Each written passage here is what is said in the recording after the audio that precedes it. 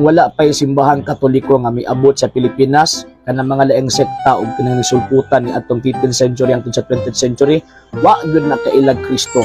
Mao na nga kamo mga naa sa gawa sa simbahang Katolika kanang inyong pag-uo utang na ninyo sa Santa Iglesia Katolika Apostolika Romana. At ito ha, ngayon ko i-re-rebut yung mga sinasabi mo. Total, pero may karapatan akong magalit, punayin yun dahil iisa lang naman basihan natin. Hindi ba't Biblia?